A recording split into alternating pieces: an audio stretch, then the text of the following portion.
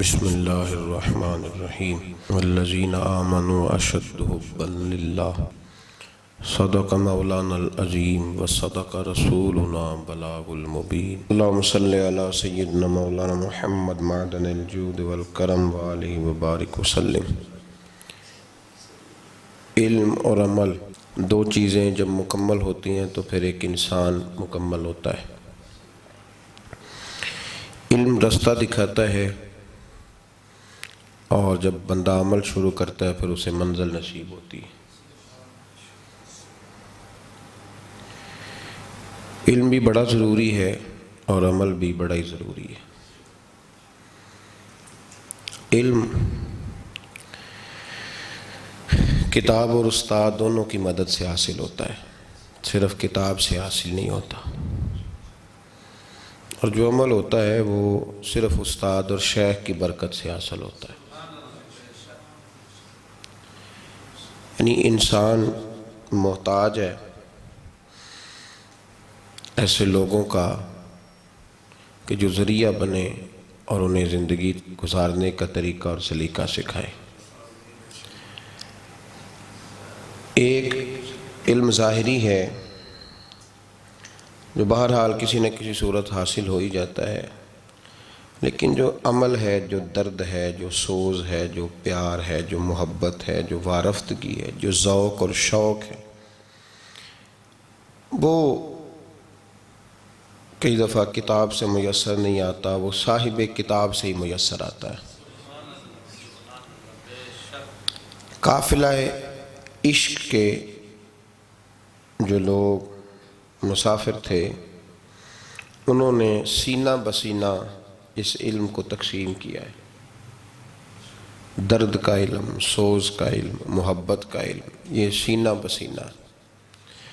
علامہ اقبال نے کہا ہے خرد کے پاس خبر کے سوا کچھ اور نہیں، تیرا علاج نظر کے سوا کچھ اور نہیں۔ کہنے لگے تجھے کسی کامل کی نظر کی ضرورت ہے، کسی کے پاس جایا کر، کہیں بیٹھا کر جا کے۔ کچھ بے کیف لوگ ہوتے ہیں بیچارے، چونکہ خود کچھ چیز پاس نہیں ہوتی، کچھ چیزیں ایسی ہوتی ہیں جو صرف پڑھنے سے نہیں آتی، کچھ چیزوں کا پڑھنے سے تعلق ہوتا ہے اور کچھ چیزوں کا چکھنے سے تعلق ہوتا ہے۔ بیچاروں نے چکھا ہی نہیں ہوتا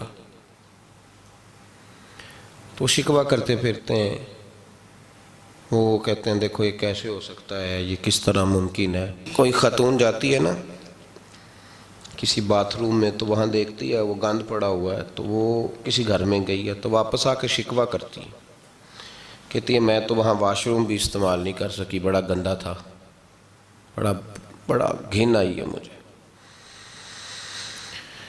وہی خاتون اپنے بچے کا سارا گند صاف کرتی ہے تو اسے پوچھا جائے یہاں سے تجھے گھن نہیں آتی؟ وہی ساری غلاظت وہاں پڑی ہے اور وہی ساری غلاظت وہاں بھی وہی تھی اور یہاں بھی۔ تو اسے پوچھا جائے کہ وہاں تو آ کے شکایت کر رہی تھی، نفرت کا اظہار کر رہی تھی، اور یہاں تیری کیفیت یہ ہے کہ تو اپنے ہاتھوں سے صاف کر رہی ہے۔ کئی دفعہ بچہ کپڑوں کے اوپر پیشاب کرتا ہے۔ ایک وہ بی بی ہے جو کسی پیشاب کا قطرہ پڑ گیا تو فوراً نہا دی، اور ایک وہ ہے جو ساری رات سوئی رہی اسی طرح۔ اب اسے کیا ہوا تو بڑا کچھ بتائے گی، کہے گی میری ذمہ داری ہے، میری چونکہ ڈیوٹی ہے، چونکہ میں اب کیا کروں، چونکہ میرا، لیکن یہ چونکہ چنانچہ کے پیچھے اصل یہ ہے کہ اسے اپنے بچے سے محبت بڑھی۔ اس چونکہ چنانچہ کے پیچھے اسے اپنے بچے سے، تو موٹی سی بات یہ ہے کہ یہ چونکہ میرا بچہ ہے تو یہ کانوں پہ پیشاب کرے تب بھی ٹھیک ہے، ناک پہ کر دے تب بھی ٹھیک ہے، وجود پہ کر دے تب بھی ٹھیک ہے، لیکن کسی کا بچہ اگر کر دے تو وہ ٹھیک ہے۔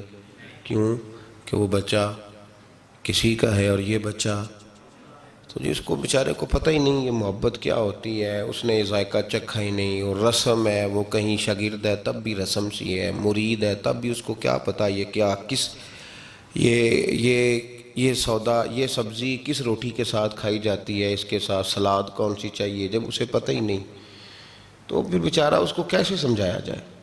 اس لیے یہ ایک ایسا موضوع ہے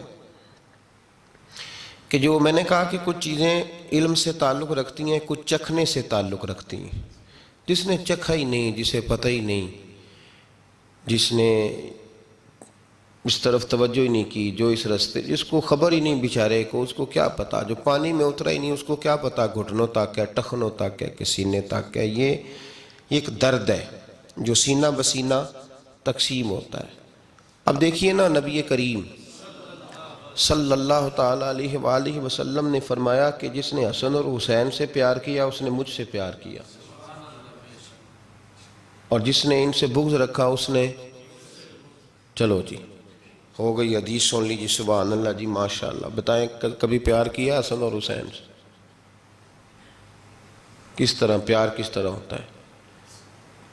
کیسے پیار کریں؟ نہ دیکھا ہے، نہ ان کے پاس گئے ہیں، نہ ہاتھ چوم سکے ہیں، نہ پیر دبا سکے ہیں، نہ کوئی نظر نیاز دے سکتے ہیں، نہ کوئی خدمت، کیسے پیار کریں؟ اب لوگ یہ سمجھتے ہیں کہ محبت شاید اس کا نام ہے کہ جو سامنے آ کے بیٹھ گیا ہے اور جس نے بڑی ساری تعریف کر لی اس نے پیار کیا ہے۔ پیار کا وجود نہیں ہوتا، پیار ایک جذبہ ہے۔ جذبے نہ دکھائے جا سکتے ہیں اور نہ بتائے جا سکتے ہیں، نہ سنائے جا سکتے ہیں۔ کیسے کسی کو بتایا جائے کہ مجھے فلاں سے پیار ہے؟ وہ ایک جذبہ ہے، وہ ایک روح ہے۔ تڑپ کا کوئی رنگ ہوتا ہے؟ مولا رومی رحمۃ اللہ تعالیٰ علیہ اس طرح کی بڑی باتیں وہ کہا کرتے تھے کہ بے ذوق آدمی سے ذوق کی بات کرنا، اور جس بیچارے کو پتہ ہی نہیں، جو رستے کا مسافر ہی نہیں، اسے بات چھیڑ دینا، دلیل دینا، پیری مریدی کیا ہوتی ہے، غلامی کیا ہوتی ہے، پیار تو قریب رہ کے ہوتا ہے، اتنی دور سے کیسے ہو جاتا ہے۔ عبداللہ بن ابی سلول نے ساری زندگی پیچھے نماز پڑھی، اسے پیار کوئی نہیں ہوا۔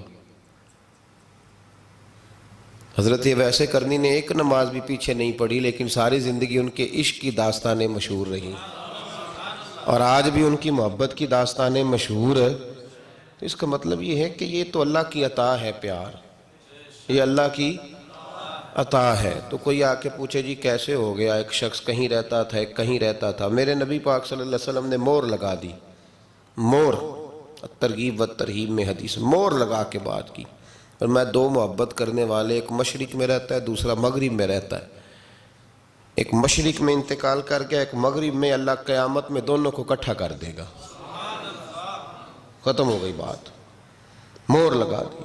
کسی مطلب بہت سارے لوگ ایسے ہوتے ہیں چونکہ ان کو پتہ ہی نہیں، تو اب میں ان کو کیسے کچھ باتیں سمجھائی جائیں؟ اس کو وہ بیٹھ کے اعتراض ہی کر رہے ہیں بیچارے، ابھی تک سوچ رہے ہیں کیسے ہو سکتا ہے۔ اقبال نے کہا تھا کہ عقل کو تنقید سے، اور ایک بلکہ اس سے تگڑا تبصرہ اقبال کا یہ ہے، کہنے لگا بے خطر کود پڑا تھا آتش نمرود میں عشق، عقل تھی محو تماشائے لبے بام ابھی، اور کہنے لگا کہ عقل عیار ہے، بڑی چاتر ہے، بڑی شاطر ہے، عقل عیار ہے، 100 بھیس بنا لیتی، عشق بیچارہ، نہ ملا ہے نہ زاہد نہ حکیم۔ عقل عیار اور عشق بیچارہ، عقل عیار ہے 100 بھیس بنا لیتی، اور عشق، عقل عیار ہے 100 بھیس بنا لیتی، اور عشق، اب وہ جو بیچارہ ہے وہ عیار ہے، اس سے بیچارہ کیا بات کرے؟ تو کئی لوگ بیچاروں سے عقل لے کے آ جاتے ہیں، تو ہم بیچارے ہیں، اگر کسی کو کسی سے ہو گیا تو بیچارہ عیار سے کیسے بات کرے گا؟ اس نے یہی کہنا ہے کہ جا پھر تم موج ہی کر۔ میں کل پڑھ رہا تھا، گدھے اور گھوڑے کی بحث ہو گئی، گدھے اور گھوڑے کی بحث ہو گئی۔ گھوڑا کہنے لگا آسمان کا رنگ نیلا ہے، گدھا کہنے لگا کالا ہے۔ کون سا رنگ ہوتا ہے آسمان کا؟ نیلا۔ گھوڑا کہہ رہا تھا نیلا ہے، گدھا کہہ رہا تھا کالا۔ بحث ہو گئی۔ اب وہ جب دونوں اپنی بات پہ اڑ گئے تو مقدمہ شیر کے پاس چلا گیا، بادشاہ تھا جنگل کا، اس کے پاس مقدمہ لے گئے۔ تو گھوڑا کہنے لگا بادشاہ ہمارا جھگڑا ہو گیا، فیصلہ کر دے۔ یہ کہتا ہے گدھا کہ آسمان کا رنگ کالا ہے، میں کہتا ہوں نیلا ہے، تو آپ فیصلہ کر دیں۔ تو بادشاہ سلامت کہنے لگے کہ اس طرح کرو، گھوڑے کو عمر قید کی سزا دے دو۔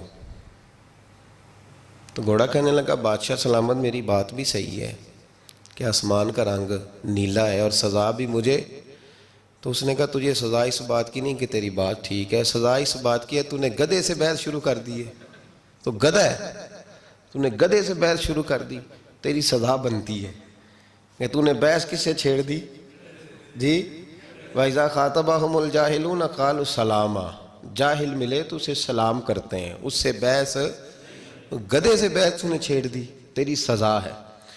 اب وہ جو عیار ہیں گدھے، ان سے کیسے بحث کی جائے، انہیں کیسے یہ مسئلہ سمجھایا جائے کہ عشق بیچارہ نہ ملا ہے نہ زاہد نہ حکیم، این عشق جنہاں نو لگ جاندہ وہ سوک جاندے نے وانگ کان، تو کیسے سمجھایا جائے؟ وہ تو بیچارے، وہ ان کو تجھے کیسے سبق پڑھایا جائے؟ وہ تیرے والا ہے ہی نہیں۔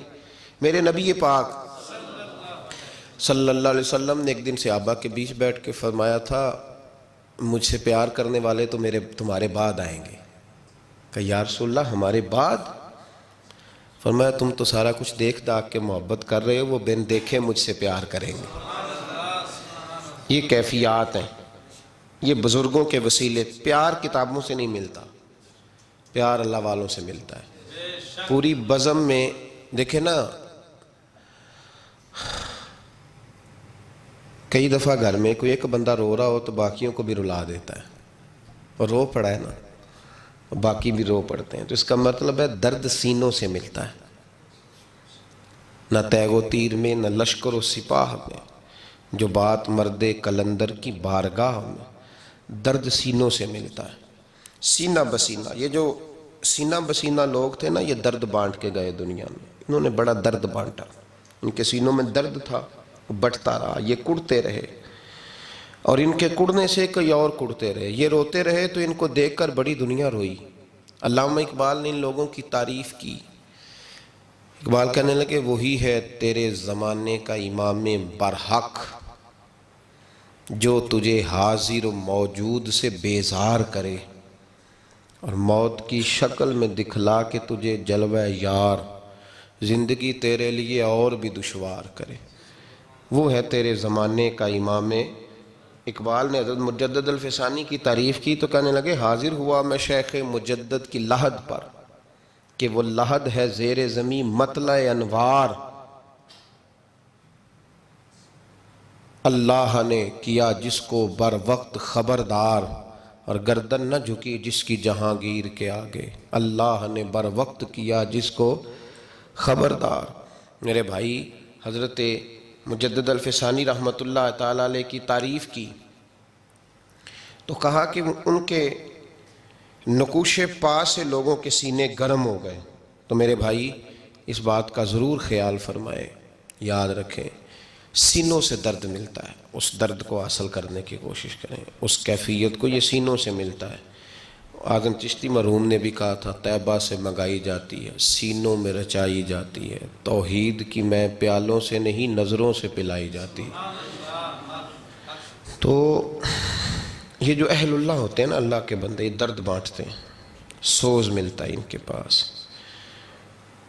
ایک زمانہ ہوتا ہے جس کو یہ درد بانٹ جاتے ہیں، اور مختلف رنگوں میں، ضروری نہیں کہ سب کو نماز پڑھا کے ہی بانٹیں، اس یتیم کے سر پہ ہاتھ رکھ کے اسے بھی درد مند کر جاتے ہیں، کسی بیوہ کی سرپرستی کرتے ہیں، کسی غریب کا خیال کرتے ہیں، کسی دکھیے کا دکھ دور کرتے ہیں، تو پھر ایک نہیں، دو نہیں، چاروں نہیں، پھر چار دانگے عالم سے ان کا پیار ہوتا ہے، چونکہ یہ دنیا میں کچھ دینے آئے ہوتے ہیں، لینے نہیں آئے ہوتے، تو جہاں جہاں جاتے ہیں کچھ نہ کچھ چھوڑ کے جاتے ہیں۔ حضرت سیدنا تاج الشریعہ رحمۃ اللہ تعالیٰ علیہ اس گروہ کے مسافر تھے جو لوگ درد بانٹنے آئے دنیا میں۔ ان کی شاعری نے، ان کے درد نے، ان کی بھیگی ہوئی آنکھوں نے، ان کے چمکتے ہوئے چہرے نے، ان کی حضور غوث پاک سے محبت نے، ان کی اعلیٰ حضرت فاضل بریلوی کے مشن سے عقیدت نے، ان کی اپنے دین کے ساتھ وابستگی نے درد بانٹا۔ ان کے سینے سے لوگوں نے درد حاصل کیا، ان کی مجلس سے، ان کی محفل سے، ان کی گفتار سے، ان کی رفتار سے لوگوں نے بڑا کچھ پایا۔ میں نے شروع میں عرض کیا کہ علم سے کئی دفعہ وہ سارے معاملات حل نہیں ہوتے جب تک کوئی اس پر پریکٹیکل کر کے نہیں دکھاتا۔ تو بعض لوگوں کا عمل کرنا بہت سارے لوگوں کے لیے مشعل راہ بن جاتا ہے، وہ چلتے ہیں، اٹھتے ہیں، بیٹھتے ہیں، آتے ہیں، جاتے ہیں، تو ان کا یہ آنا جانا لوگوں کو درد دے جاتا ہے۔ حضرت جب گئے نا کوئی 60 کی دہائی میں عمرہ کرنے، تو سعودی گورنمنٹ نے گرفتار کر لیا تھا ان کو۔ فرماتے میں اپنے کمرے میں تھا، میری زوجہ بھی ساتھ تھیں، تو گرفتار کر لیا۔ اچانک پولیس والے رات کو اندر آئے، تو جب وہ اندر داخل ہوئے تو کہنے لگے ہم نے تلاشی لینی ہے۔ تو فرماتے میں نے کہا ٹھہرو ذرا، وہ ٹھہر گئے، تو میں نے اپنی زوجہ کو واش روم میں بھیج دیا۔ انہوں نے کمرے کی تلاشی لی تو میرے پاس سے چند کتابیں ملیں۔ وہ کتابیں انہوں نے پکڑ لیں، پھر مجھے انہوں نے پکڑا اور مجھے وہ لے گئے، میرے گھر والوں کو بھی گرفتار کیا۔ تو مجھے کہنے لگے کہ آپ نے جمعہ امام کے پیچھے نہیں پڑھا۔ تو میں نے کہا کہ میں مسافر ہوں، مسافر پہ جمعہ ہوتا ہی نہیں، تو آپ کس طرح مجھے پابند کر سکتے ہیں کہ میں وہاں جمعہ پڑھوں؟ تو کہتے ہیں انہوں نے میرے ساتھ بات چھیڑ دی، کہنے لگے سنا آپ کسی نئے فرقے کے بانی ہیں؟ تو آپ فرمانے لگے تم بات کرو۔ کہتے ہیں انہوں نے جب باتیں چھیڑی تو میں نے کہا کہ ہمارا اصل نظریہ یہ ہے کہ ہم نہ صرف یہ کہ حضور کی غلامی کرتے ہیں، بلکہ ہم یہ سمجھتے ہیں کہ رب ہمیں جو کچھ دیتا ہے وہ نبی پاک کے صدقے دیتا ہے۔ کسی غیر کا ملک ہو، کسی غیر کی حکومت ہو، کسی غیر کا، اور سارا ان کا نظریہ ہو، اور اس کے باوجود کوئی آدمی اتنا ڈٹ کے بات کرے۔ فرماتے میں نے توسل پہ بھی بات کی، میں نے حضور کے علم غیب پر بھی بات کی، میں نے رسول پاک کی عظمت اور شانوں کو بھی بیان کیا، اور میں نے یہ بھی کہہ دیا کہ ہمارا نظریہ یہ ہے کہ قیامت میں اگر ہم جنت میں جائیں گے تو حضور کی سفارش کی برکت سے جائیں گے۔ حضرت صاحب کو بڑا نازک سا وجود تھا، مجھے تو اللہ نے موقع دیا ان کے پیر دبانے کا بھی، نازک سا وجود تھا ان کا، تو ہتھ کڑیاں ڈال کر ہاتھوں اور پیروں میں مدینہ شریف نہیں جانے دیا۔ کہتے ہیں کچھ دن مجھے انہوں نے جیل میں رکھا، پھر جدہ ایئرپورٹ سے بمبئی روانہ کر دیا۔ تو حضرت نے ایک کلام لکھا تھا اس موقع پر، کلام یہ تھا کہ داغ فرقت طیبہ قلب مضمحل جاتا، کاش گنبد خضرا دیکھنے کو مل جاتا۔ مدینہ شریف نہیں جا سکے تو فرمانے لگے داغ فرقت طیبہ قلب مضمحل جاتا، کاش گنبد خضرا دیکھنے کو مل جاتا۔ تو فرمایا کرتے تھے کہ میں نے کئی راتیں رو کے گزاری۔ ایک ہوتا ہے بندہ آ کے فخر سے لوگ مجاہد نہیں بن جاتے کہ دیکھو جی میں ہتھ کڑیاں پہن کے آیا ہوں، اب میں غازی ہوں، اب میرے نعرے لگاؤ، اور فوری طور پہ لوگ مجاہدانہ کردار کی بات کرتے ہیں۔ جی میں نے وہاں کھڑے ہو کے، یہاں جس نے مناظرہ نہیں بھی کیا ہوتا وہ بھی آ کے بتاتا ہے میں سعودی عرب مناظرہ کر کے آیا ہوں۔ تو ایک تو یہ تھا کہ اس چیز کو بطور اعزاز کے لوگ بیان کرتے، اس پر بڑا کچھ ہوتا اور بڑا جناب کہا جاتا، لیکن ان کی آنکھوں میں آنسو رہے۔ وجہ کیا تھی؟ ہتھ کڑی۔ وجہ کیا تھی کہ وہاں گرفتار؟ وجہ ایک ہی تھی، کاش گنبد خضرا دیکھنے کو مل جاتا۔ پھر اللہ نے انہیں یہ اعزاز دیا کہ وہ انٹرنیشنل شخصیت کے حامل تھے، ان کو بڑے سیکیورٹی کی ضرورت تھی، بڑے ان کے لیے پروٹوکول کی ضرورت تھی، ان کو بڑی حفاظت کی ضرورت تھی۔ پھر اللہ نے ان کے لیے ایسا انتظام کیا کہ جب ان کا دل کرتا تھا اسی وقت انہیں بلاوا آ جایا کرتا تھا۔ پھر انہوں نے کئی حج کیے اور مسلسل کیے، پھر انہوں نے عمرے کیے تو لگاتار کیے، اور پھر حضرت مدینہ منورہ رہا کرتے تھے تو کوئی جا کے کونے میں بتا دیتا تھا کہ وہ تشریف لے آئے، تو مدینے میں جس ہوٹل میں ان کا قیام ہوتا تھا وہاں ہجوم عاشقاں ہو جایا کرتا تھا۔ درد بانٹا انہوں نے، وہ درد کے پیامبر تھے، درد تقسیم۔ یہ جو ان کا لقب ہے نا تاج الشریعہ، یہ ہندوستان کے لوگ، پاکستان، بنگلہ دیش کے لوگ تو کہتے تھے حرم مکہ میں ایک سید محمد بن علوی مالکی نام کے بزرگ تھے، وہ حضرت صاحب کو تاج الشریعہ اور امام العلماء کہا کرتے تھے۔ فرماتے تھے جس شخص کے پاس بیٹھ کے ہمیں کیف حاصل ہوتا ہے وہ یہ شخص ہے۔ میرے بھائی بہت سارے لوگ بڑا کچھ لے جاتے ہیں، بڑا کچھ لے جاتے ہیں۔ اب تو خیر کام آسان ہو گیا ہے، اب تو بڑا عجیب انداز ہے۔ میں ایک شخص نے مجھے کہا کہ یہ دیکھیے یہ میرے پیر صاحب اور استاد صاحب ہیں، تو یہ ویڈیو بنی ہوئی ہے، وہ میرے ہاتھ چوم رہے ہیں۔ نہیں پیر صاحب مرید کے، تو اس نے وہ ویڈیو بنائی ہوئی ہے اور لگائی ہوئی ہے۔ تو میں نے کہا کہ بالکل صحیح ہے، تو ان کو غلطی لگ گئی، تیرا مرید ہونا چاہیے تھا، تو الٹ ہو گیا کام۔ دماغ ان لوگوں کا کام تصویریں بنائی ہوئی ہیں اور اس طرح کی، کہتے ہیں میرے بغیر روٹی نہیں کھاتے میں، بھائی اس سے باہر آ جائیں، یہ کیفیت نہیں ہے۔ دیکھیں نا، اس کے ساتھ نسبت ہو جانا بھی بہت ہی کافی ہے۔ مظفر وارثی کا وہ فقرہ مجھے بڑا ہی پسند ہے، اس نے کہا تھا ان کا دیوانہ ہوں، ان کا یہ نہیں کہا کہ ان کی شفقت ہے، ان کی مہربانی ہے، ان کی توجہ ہے، ان کی، یہ نہیں فرمایا، کہا میں ان کا دیوانہ ہوں، ان کا بردار، پھر سمجھنا بات کو، ان کا دیوانہ ہوں، ان کا مجذوب ہوں، تو کیا یہ کم ہے کہ میں ان سے منسوب ہوں؟ کہنے لگا اتنا تھوڑا ہے کہ لوگ کہتے ہیں یہ اس کا دیوانہ ہے، اچھا یہاں یہ فکرہ نہیں کہا گیا کہ ان کی بھی بڑی شفقت ہے جی، ان کی بھی بڑی مہربانی ہے جی، اصل ان کی نا نا نا نا، میں ان کا دیوانہ ہوں اور ان کا مجذوب ہوں، کیا یہ کم ہے کہ میں ان سے منسوب ہوں؟ سرحد حشر تک جاؤں گا بے دھڑک، مجھ کو اتنا تو زیادہ سفر مل گیا۔ تو تیرا دیوانہ ہونا ضروری ہے، تیرا دروازہ کھول کے رکھنا ضروری ہے، باقی وہ آئے نہ آئے یہ اس کی مرضی ہے۔ تیرا گھر سجا کے رکھنا ضروری ہے، باقی اس کی توجہ ہو نہ ہو یہ بات علیحدہ ہے۔ دیکھیں نا، فقیر کا کام ہے کس آگے کرنا، آگے دینے والے کی مہربانی ہے، وہ دے دے تب بھی ٹھیک ہے، دھتکار دے تب بھی ٹھیک۔ تو بزرگوں سے کیف لینے کی کوشش کریں، ان سے، ان کی خدمت عالی مرتبت میں جب جائیں تو وہ جو درد ہے نا ان کے سینے کا، ہم ڈھلتے نہیں حالات کے ساتھ، اپنے بزرگوں کی توجہات کے ساتھ، وہ ڈھلنے کی کوشش کریں۔ اگر تم منشا ہی نہیں سمجھ سکا ساری زندگی، اور بعد میں تو دعویٰ کرے کہ میں 25 سال ساتھ رہا، تو پھر بھائی ابو جال بھی بڑا عرصہ اسی محلے میں رہا تھا، لیکن ساتھ رہنا شرط نہیں، ساتھ رہنا، رضا میں رہنا شرط ہے۔ تو بتا رضا میں کتنی دیر رہا ہے؟ ساتھ رہنے کا کیا مطلب ہوا؟ رضا کے تابع کتنا عرصہ رہا؟ تو یہ درد بانٹنے والے لوگوں کی ایک پورا تسلسل ہے، اس درد میں اپنے سفر کو جاری کریں، اس کیفیت کی طرف ان لوگوں کی اتباع میں اس سفر کو حاصل کرنے کی کوشش کریں۔